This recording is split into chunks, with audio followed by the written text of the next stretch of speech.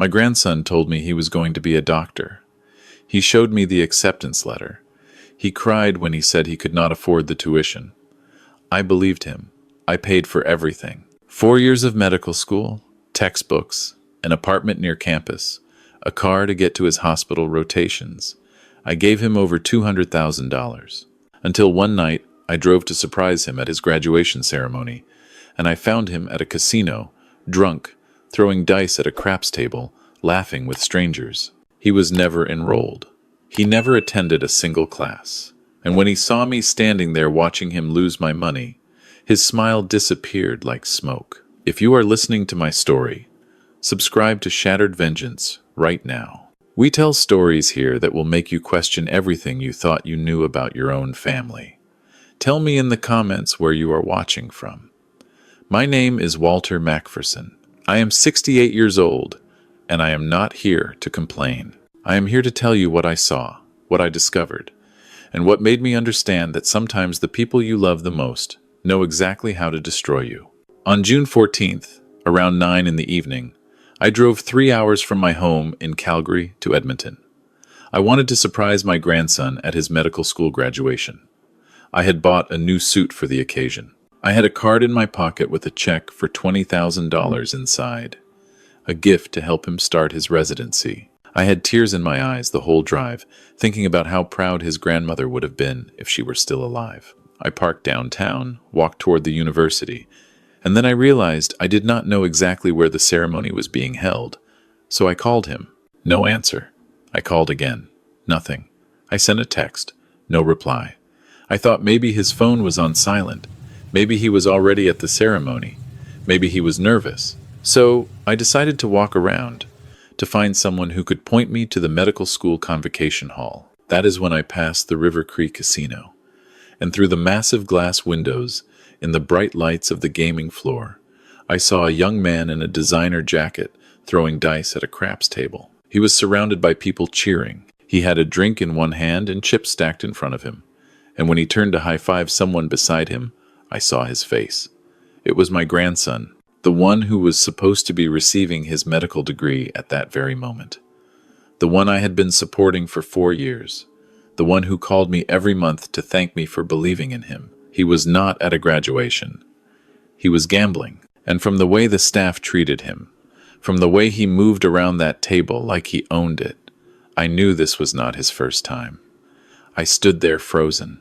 My heart stopped beating. The card with the check suddenly felt like a brick in my pocket. And I understood, in that single moment, that everything I had believed for the past 4 years was a lie. To understand why this hurt so deeply, you need to know where I come from. I was born in a small town in Saskatchewan, the kind of place where the nearest hospital was 2 hours away, and the winters could kill you if you were not careful. My father was a grain farmer. He worked 16-hour days during harvest season and barely survived the rest of the year. My mother raised 5 children in a house with no running water until I was 12. I learned early that nothing in this life comes free. If you want to eat, you work. If you want warmth, you chop wood. If you want a future, you build it with your own 2 hands. I left home at 17 with $40 and a bag of clothes.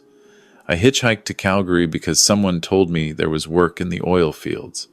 I got a job as a roughneck, the lowest position on a drilling rig. The work was brutal, 12-hour shifts and freezing temperatures, covered in mud and oil, watching men get injured every week. But I saved every dollar. I learned everything I could.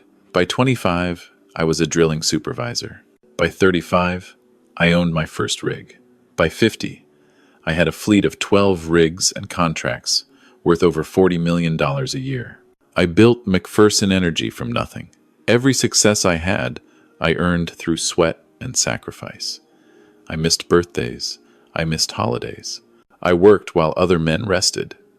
And when I finally had money, real money, I swore I would use it to give my family the opportunities I never had. I married Dorothy when I was 23. She was a nurse from Medicine Hat, the kindest woman I ever knew. She gave me 2 children, a son named Robert and a daughter named Catherine. She stood by me through the lean years and the prosperous ones. And when she got sick, when the cancer came and took her piece by piece, I was there, holding her hand until the very end. She died 3 years ago this October. I buried her in a cemetery overlooking the mountains she loved, and I thought I would never feel pain like that again. I was wrong.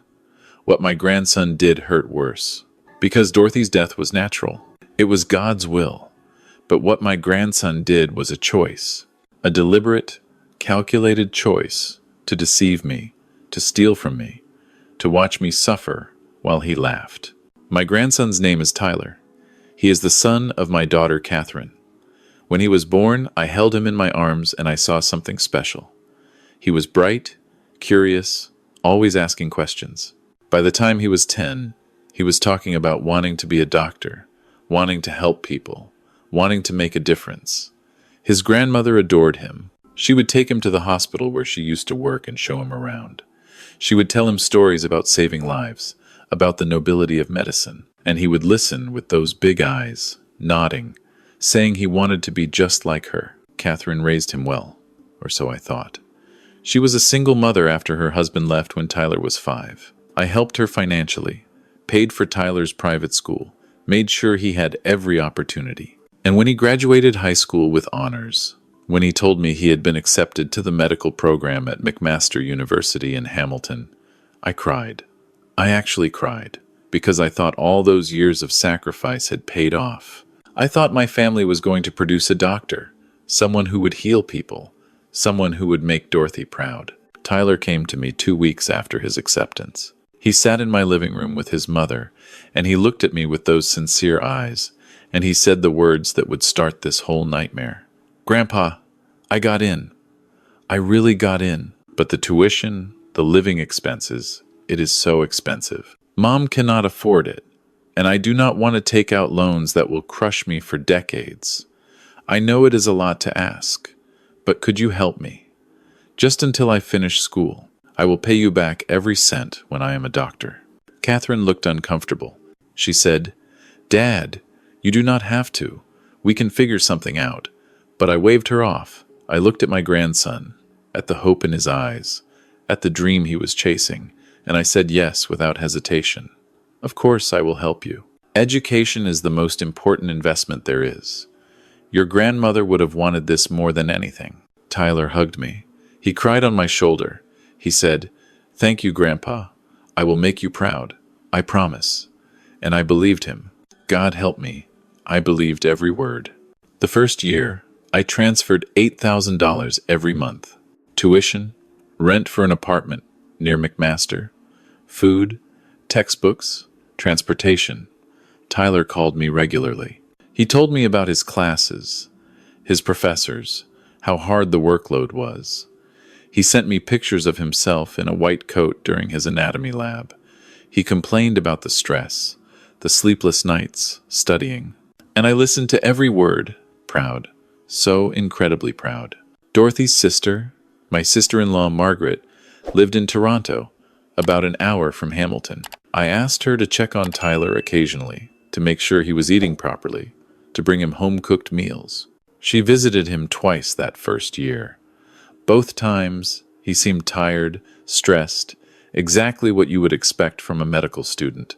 She told me he was doing fine, working hard, so I had no reason to doubt. The second year, the costs increased. Tyler said he needed a better laptop for his research.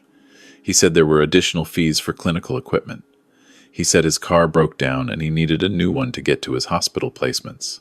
I sent more money, $12,000 a month now. I did not question it. Medical school is expensive. Everyone knows that. But something changed in the third year. Tyler's calls became less frequent. When I did reach him, he sounded distracted, rushed. He always had an excuse to cut the conversation short. "I am heading into a lecture, Grandpa. I have an exam tomorrow. I am on call at the hospital tonight." Catherine noticed it too. She mentioned that Tyler had missed Christmas dinner, said he had to stay in Hamilton for a rotation. She seemed hurt but understanding. "He is so busy, Dad. That is just how medical school is." I accepted the explanations. I made excuses for him, because when you love someone, when you believe in someone, you do not look for lies. You look for reasons to keep believing. And I kept believing. even when the signs were right in front of me.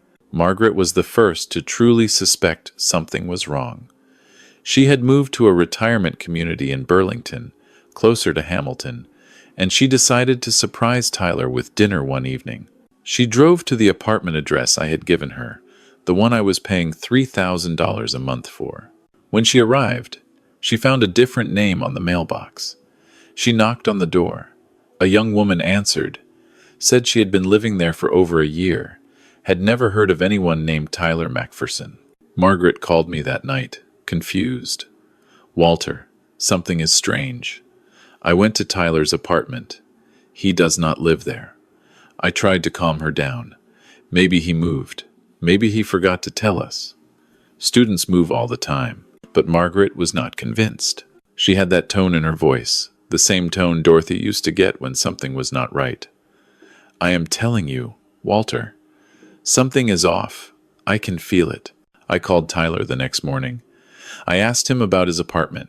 He laughed nervously and said, "Oh, I moved a few months ago, closer to the hospital. I forgot to mention it. Sorry, Grandpa." I asked for his new address. He hesitated, then gave me one. I wrote it down, but did not think much more about it. People forget things. He was busy. I was making a mountain out of a molehill. But Margaret would not let it go. She drove to the new address. This time, it was a high-rise condominium, expensive, with a concierge desk in the lobby. She asked the concierge if Tyler McPherson lived there. The concierge checked his records and said yes, Unit 1412.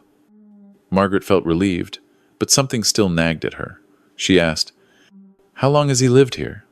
The concierge checked again. "Since the building opened, about 18 months. 18 months. In a luxury condominium, while I was paying for a medical school apartment that apparently did not exist." Margaret called me again. "Walter, listen to me. That building costs at least $4,000 a month. There is a gym, a pool, a rooftop lounge. That is not student housing. That is a penthouse." I felt a chill run through me, but I pushed it away. Maybe he got a good deal. Maybe he has roommates. Maybe he is using some of the money I sent for better housing because he needs a quiet place to study. I was making excuses. I know that now. I was so desperate to believe in my grandson that I twisted every piece of evidence into something innocent. And Margaret, bless her heart, she saw right through it. But she also knew I would not listen. So she did something I will be grateful for until the day I die. She started watching. She started taking notes. She started building a case. Over the next 6 months, Margaret kept track of everything. She would drive past Tyler's building at random times. She saw him coming and going at all hours, often with groups of young people who looked nothing like medical students. She saw expensive cars in his parking spot, a BMW one month, a Mercedes the next. She saw him leaving the building in designer clothes, carrying shopping bags from Holt Renfrew and Harry Rosen. She took pictures. She wrote down dates and times. And she never said a word to me because she knew I needed proof. She knew I would defend Tyler until I could not defend him anymore. Catherine started noticing things too. Tyler had stopped calling her almost entirely. When she did reach him, he was evasive, irritable. She mentioned it to me once over coffee. "Dad, Tyler seems different. Distant. I do not know. Maybe medical school has changed him," I reassured her. "It is stressful. He is under a lot of pressure. He will be himself again once he graduates." But inside, a small voice was starting to whisper. The voice I had been ignoring for months. The voice that sounded like Dorothy. I remember lying awake one night, staring at the ceiling, and I heard her. I heard Dorothy's voice as clearly as if she were lying beside me. "Something is wrong, Walter. Our boy is not who you think he is." I shook it off. I told myself I was imagining things, that grief was playing tricks on me. But Dorothy was never wrong about people. She could see through anyone. And if she were alive, she would have seen through Tyler from the beginning. The 4th year arrived. Tyler told me he was entering his clinical rotations, the final step before graduation. He said the schedule was brutal, that he would be working 80-hour weeks at various hospitals. He said he might not be able to call as often. I understood. I sent the money. I waited for updates. Then came the graduation announcement. Tyler called me in April, his voice excited for the first time in months. "Grandpa, I did it. I am graduating in June. The ceremony is on the 14th. Will you come?" I felt my heart swell. "Of course I will come. I would not miss it for anything." I could hear him smile through the phone. "It means so much to me, Grandpa. After everything you have done, I cannot wait for you to see me walk across that stage." I bought a new suit. I got a haircut. I wrote a check for $20,000, a graduation gift to help him start his residency. I made hotel reservations in Hamilton. I planned to take him out for the finest dinner in the city. I imagined the moment I would see him in his cap and gown, receiving his medical degree, becoming the doctor his grandmother always dreamed he would be. I imagined Dorothy watching from somewhere above, smiling, proud. And then I drove to Edmonton. Wait, Hamilton. No, Tyler had told me the ceremony was moved. Something about venue issues at McMaster. The graduation was being held in Edmonton this year, at the Shaw Conference Center. It seemed strange, but I did not question it. I just drove. 3 hours on the highway, alone with my thoughts, with my pride, with my excitement. When I arrived in Edmonton, I went straight to the conference center. But it was dark, empty. No signs of any graduation ceremony. I checked my phone, checked the date, June 14th, tonight. I walked around the building, looking for an entrance, for people in academic robes, for anything that looked like a convocation. Nothing. That is when I called Tyler. No answer. Called again. Nothing. I started to panic. I thought maybe I had the wrong venue. Maybe there was a miscommunication. I decided to walk around downtown, to ask someone, to find out what was happening. And that is when I passed the casino. That is when I saw him through the window. That is when everything I had believed for 4 years collapsed in an instant. I stood outside the River Cree Casino for 10 minutes, watching through the glass. I watched my grandson throw dice, collect chips, order drinks, laugh with people I did not recognize. He was wearing a jacket that cost more than what I paid my first employees in a month. He moved with confidence, with familiarity, like someone who had spent many nights at that table. And I realized, with a sickness growing in my stomach, that this was where my money had gone.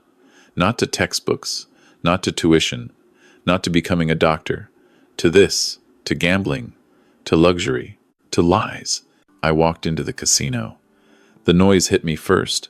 The ringing of slot machines, the chatter of gamblers, the artificial cheerfulness of a place designed to take your money. I walked toward the craps table. I walked slowly, deliberately, each step feeling heavier than the last.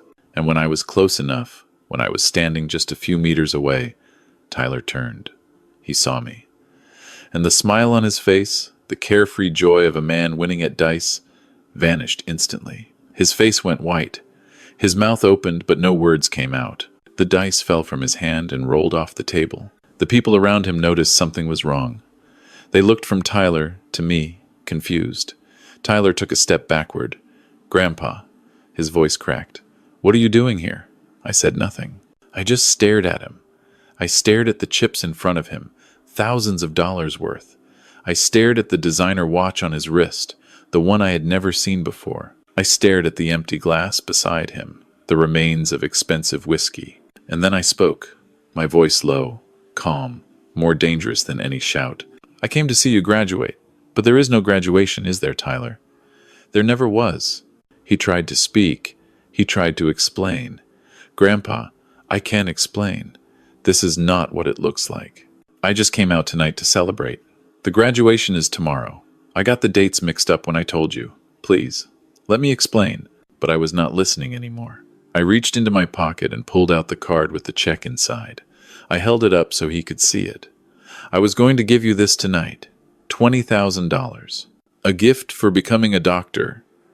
And then I tore it in half, right there in front of him. I tore it again and again until it was confetti in my hands. I let the pieces fall to the floor. Tyler's eyes went wide. "Grandpa, please, do not do this." I grabbed his arm and pulled him away from the table, away from the lights, away from the people watching. We went outside. into the cool June night. And there, in the parking lot of a casino where my grandson had been throwing away my money, I demanded the truth. It took 2 hours. 2 hours of lies, of partial admissions, of desperate attempts to minimize what he had done. But eventually, the truth came out. All of it. And it was worse than I could have imagined. Tyler had never been accepted to medical school. The acceptance letter he showed me was forged, created by a friend who worked at a print shop. He had never taken a single class at McMaster. He had never worn a white coat except for the photos he staged to send me. For 4 years, he had lived in luxury condominiums, gambled at casinos across the country, traveled to Las Vegas and Monaco, bought designer clothes, dated women who thought he was a wealthy young professional. And every dollar of it came from me. $217,000 over 4 years. That was the total. I had sent him over $200,000, and he had spent it all on gambling, on parties, on a lifestyle he had never earned. I asked him about the apartment Margaret had visited. He laughed bitterly. I sublet a cheap place for the first year just in case anyone checked. After that, I figured no one was paying attention. And you were not, Grandpa. You believed everything I told you. I asked him about the photos, the ones of him in a white coat. He shrugged. I bought a lab coat online, took pictures in a friend's basement. Anyone can look like a medical student if they try hard enough.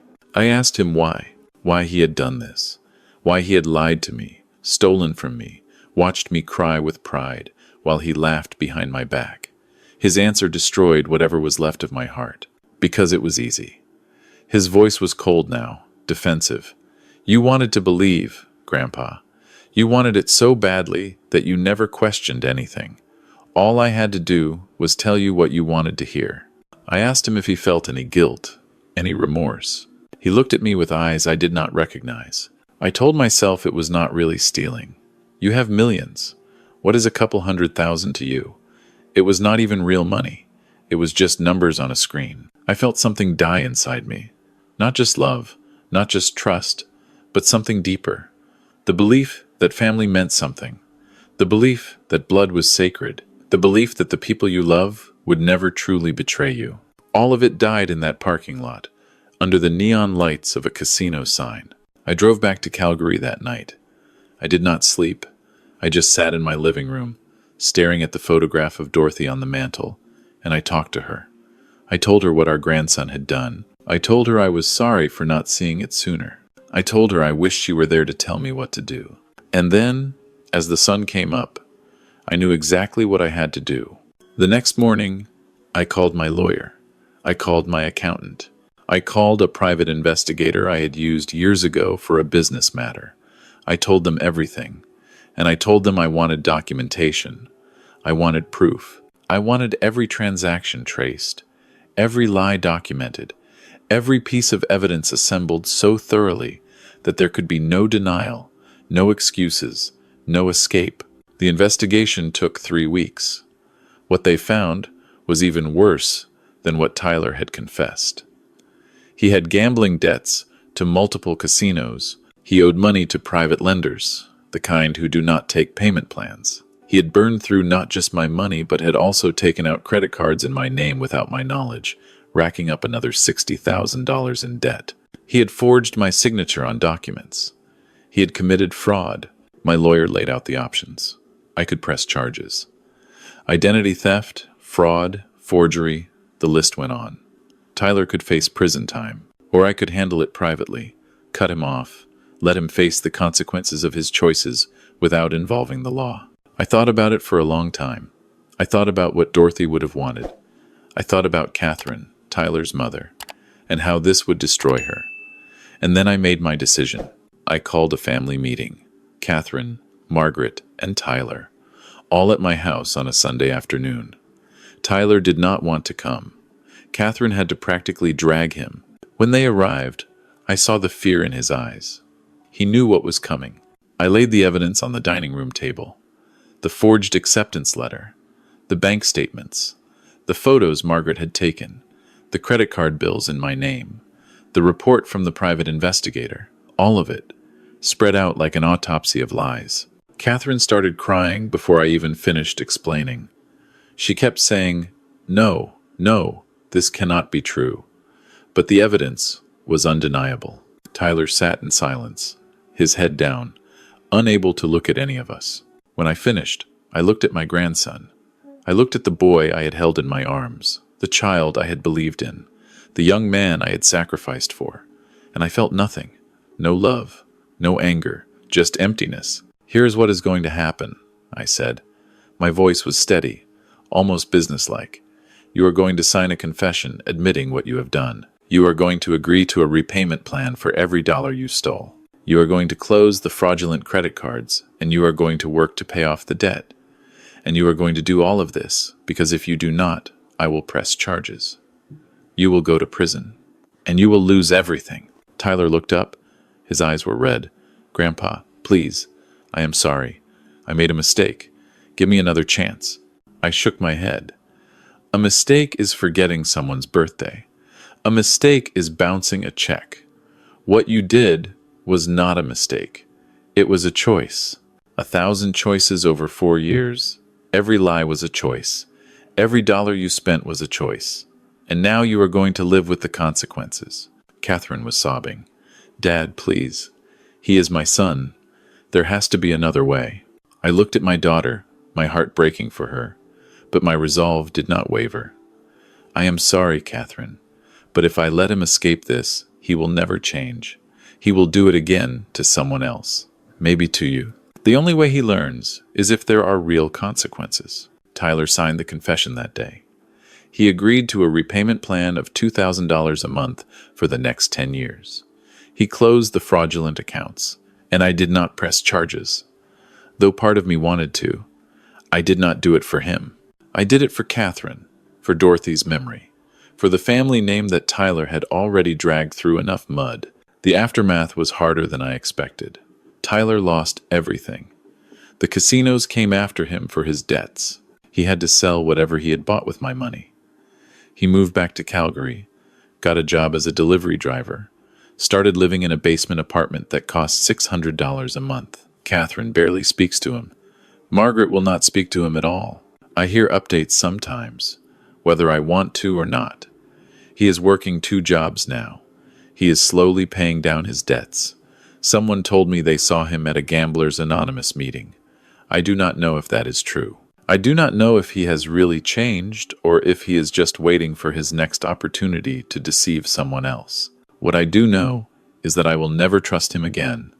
That door is closed forever, and it should be, because trust, once shattered, cannot be glued back together. You can forgive someone, you can move on with your life, but you can never unknow what they are capable of. People ask me if I regret helping him, if I wish I had never agreed to pay for his medical school dreams. And the truth is, I do not regret the generosity. I do not regret wanting to help my grandson succeed. What I regret is not verifying. What I regret is being so blinded by love that I ignored every warning sign. What I regret is not listening to Margaret when she first told me something was wrong. Dorothy used to say something that I think about every day now. She would say, "Trust is like a mirror. You can fix it if it breaks, but you will always see the cracks." And she was right. I see the cracks everywhere now. In every conversation, in every relationship, in every person who asks me for help. I am more careful, more cautious, more aware that the people who hurt you worst are often the ones you love most. 6 months after everything came out, I received a letter from Tyler. It was handwritten, 3 pages long. He apologized.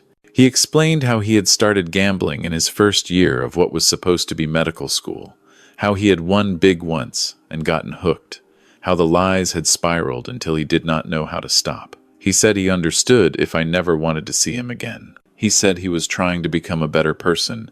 He said he hoped, someday, I could forgive him. I read the letter once, then I put it in a drawer, and I have not looked at it since. Maybe I will forgive him someday. Maybe I will not. But forgiveness does not mean reconciliation. It does not mean opening myself up to be hurt again. It means letting go of the anger so it does not consume me. And I am working on that. Every day, I am working on that. What I have found in the years since is a kind of peace. Not the peace I had before, the innocent peace of believing the best in everyone.